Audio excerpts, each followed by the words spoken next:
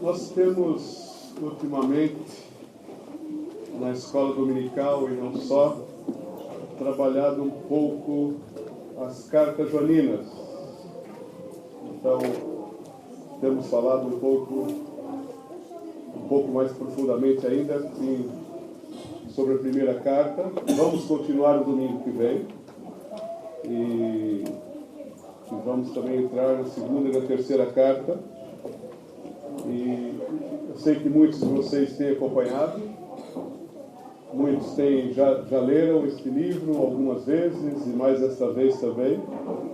E para aqueles que estão a acompanhar, que estão a participar, não é difícil notar que João nos chama a ter convicções corretas, mas não só no aspecto intelectual, mas também viver essas convicções. E isso já tem ficado claro, de alguma maneira, e vamos tentar falar sobre isso nestes momentos que temos, e reforçar essa ideia de que precisamos viver as convicções cristãs. Não faz sentido ser diferente quando falamos em vida cristã. E esse é o título da mensagem.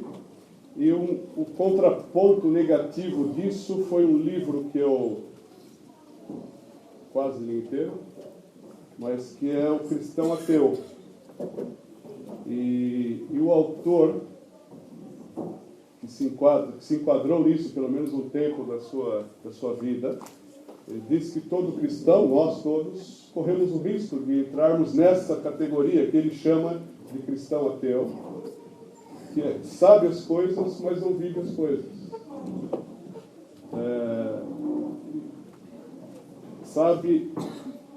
Sabe da importância do perdão, mas não perdoa, por exemplo.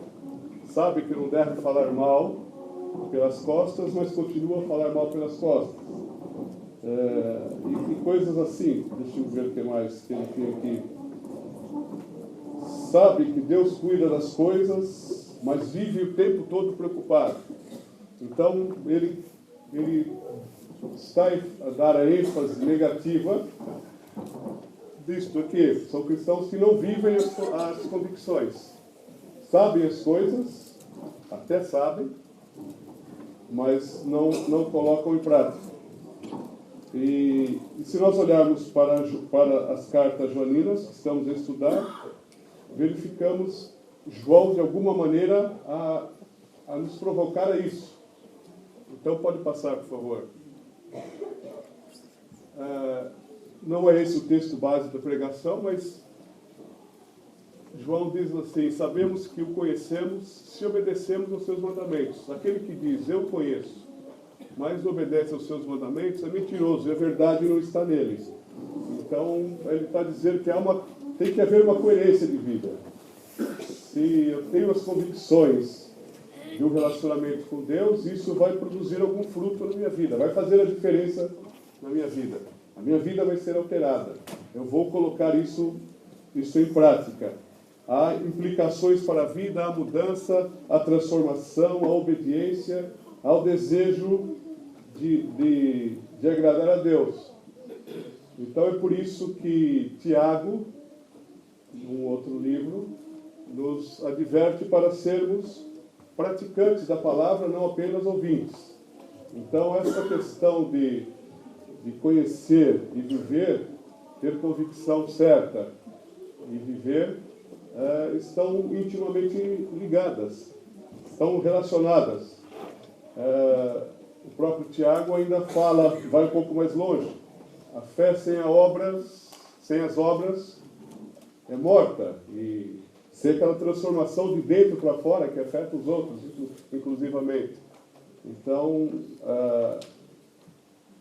o viver as convicções cristãs faz todo sentido, muito embora, às vezes, todos nós, em algum momento, em alguma fase, estivemos, como o autor descreveu naquele livro, como cristãos ateus. segundo ele colocou, sabe as coisas, mas não vive as coisas.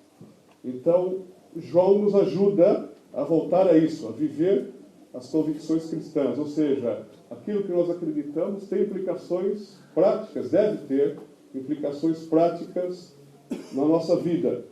E interessante este gráfico, pode passar, antes de entrarmos no texto, que a fé cristã é ao mesmo tempo, ela tem um lado objetivo, porque Deus revelou-se na pessoa de Jesus Cristo, então temos uma matéria de análise, de estudo, de observação e de reflexão, claro, mas há um lado subjetivo, que é a vivência pessoal, é a nossa resposta a esse conhecimento, é a nossa resposta a esse dado, a essa informação teológica. E isso só faz sentido, a fé cristã só tem sentido se tiver esses dois lados. Se tiver esses dois lados, pode passar. É o mesmo gráfico. Então, temos um lado objetivo, que é o pensar teologicamente. Algumas pessoas costumam dizer, eu não gosto de teologia. Não dá para fugir da teologia.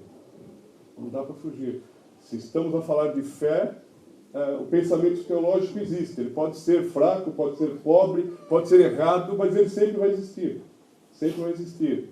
E João, nessa carta, nos chama a pensar corretamente, teologicamente. Ele corrige alguns erros que nós já vimos na escola dominical, que estavam a ocorrer, que estavam a penetrar na igreja. E erros ocorrem. O próprio Paulo, quando estava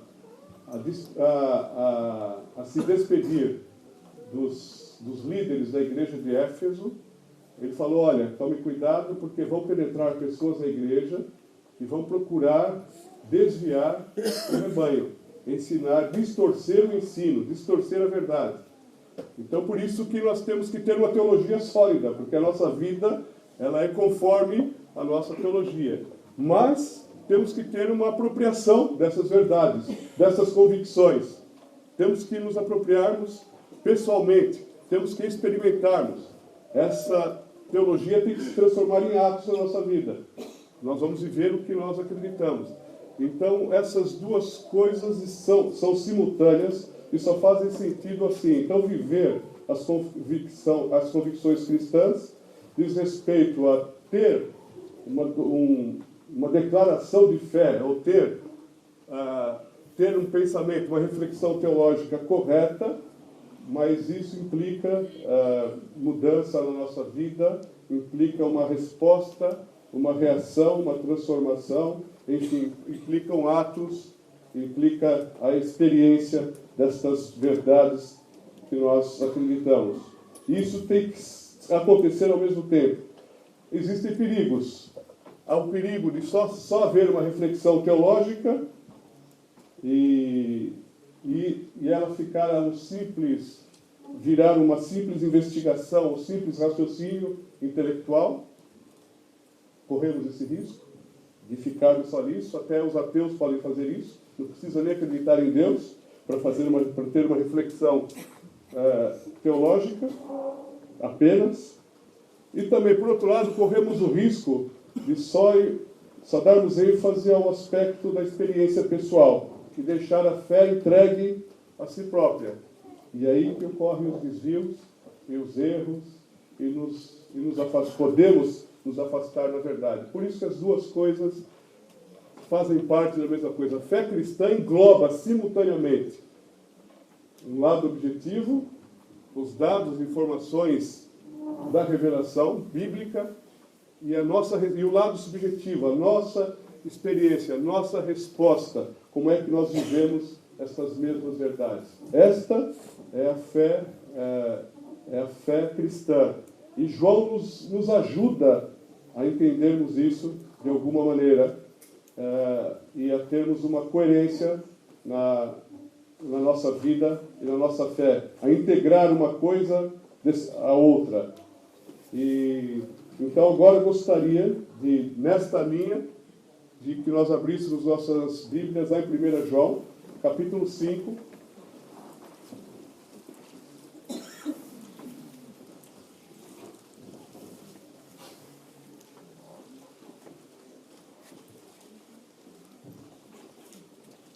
Vamos deixar as Bíblias abertas nesta carta. O texto está aqui, a partir do versículo 13. Espero que todos consigam ler aqui, mas tem as Bíblias. E alguns aspectos da convicção eu coloquei em vermelho. Convicção é certeza, certo? Depois de todos os ensinos errados que tentaram penetrar na comunidade cristã, João dá algumas certezas, que o pessoal ficou confuso. Claro, as convicções foram abaladas. Então, João reforça alguns ensinos, muito claramente. E ele usa o verbo saber. Olha, nós sabemos, ou seja, nós não achamos, olha, quem sabe um dia. Não, ele está a colocar absoluta convicção, certeza. Nós sabemos isso, podem ter certeza disso. Então são convicções que precisam ser vividas, como ele já demonstrou e já temos estudado em toda a carta. Então eu coloquei em vermelho ali algumas convicções que ele destaca pelo uso do verbo saber, ou ter conhecimento, ou ter convicção, ter certeza. Então vamos ler o texto. Escrevi-lhes estas coisas a vocês que creem no nome do Filho de Deus, para que vocês saibam que têm a vida eterna. Esta é a confiança que temos ao nos aproximarmos de Deus.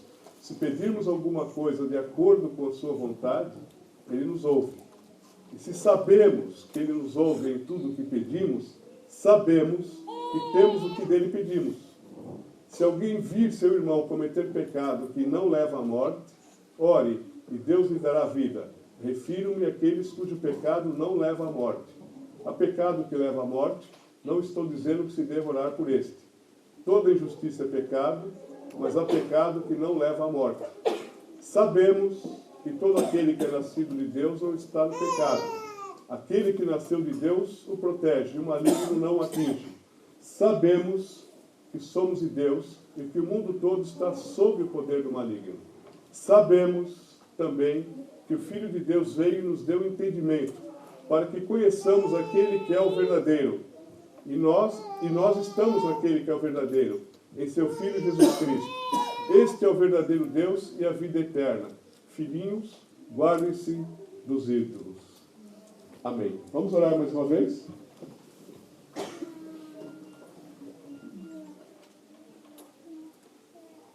Senhor, diante da Tua palavra, o nosso coração fica na expectativa daquilo que o Senhor quer fazer em nós. Nós reconhecemos a nossa limitação e clamamos que o Teu Espírito nos assista nesse tempo de reflexão na Tua palavra, para que a nossa vida seja moldada pela Tua palavra. Em nome de Jesus. Amém. Pode mudar? Então, a primeira convicção a viver eu vou começar lá pelo versículo 20. É uma certeza que ele dá. Sabemos que temos conhecimento do Deus verdadeiro. Então, versículo 20, João deixa muito claro que nós estamos no Deus verdadeiro, que nós conhecemos o Deus verdadeiro através da pessoa de Jesus Cristo. Ele vai mais longe, ele diz que Jesus Cristo é o Deus verdadeiro.